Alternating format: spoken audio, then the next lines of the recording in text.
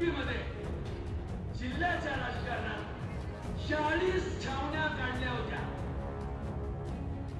त्या 40 छावण्याचे पैसे घरपोच पोच झाले होते। मी जिल्ह्याचा पालकमंत्री होतो, सुशील कुमार शिंदे राज्याचे मुख्यमंत्री होते। आम्ही समझोत्यानं त्यावेळेला या सगळ्या छावण्या काढल्या होत्या, पण आमचे पैसे राहिलेले नाही।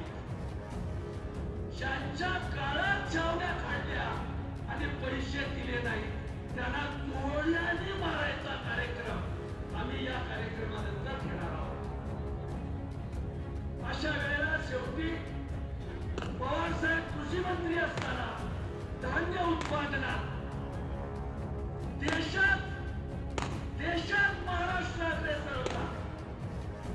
देशभरातलं 72,000 देशभरातलं 72,000 कोटीचं कर्ज, माझं शिक्षण कमी झालंय त्यामुळे चुकला काय, 72,000 कोटीचं कर्ज माफ केलं होतं। महिलांना राजकारणात आणताना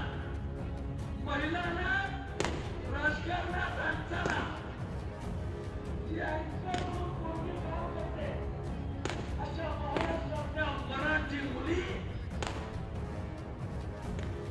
हेलिकॉप्टरच्या आणि विमानाच्या पायलट म्हणून पवार साहेबांनी काम करायला भाग पाडलं।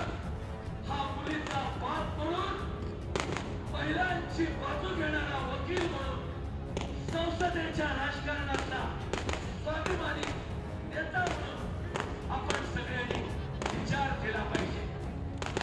अनिल सावंत सारखा एक तरुण पोरगा 15 वर्षापूर्वी सामाजिक पंथाला नमस्कार करून माने सरकारांचा पत्ता विचारत लवंगीदारा 200 कोटी रुपये ओतून ऊस कारखानदारी उभी केली।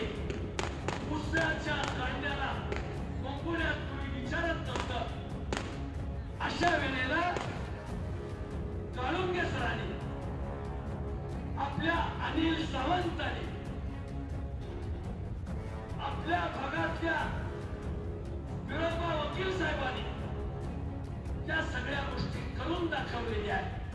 15 वर्षापूर्वी इथं उभं राहणार असं वातावरण नव्हतं। निरपेक्ष भावनेनं काम केलेला, दामाजीत पराभूत झाला आणि म्हणून रस्त्यातले पैसे ट्रान्सफर करून दुसरा कारखाना विकत घेतला, असलं पाप केलेलं नाही।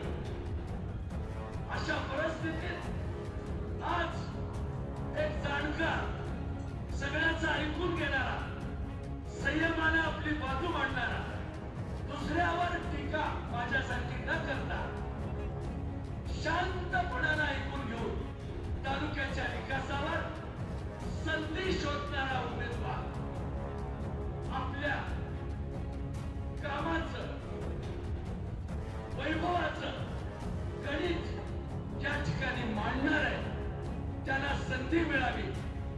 काही आल्यानंतर पुन्हा बोलायला वेळ मिळणार नाही याचं भान ठेवून मी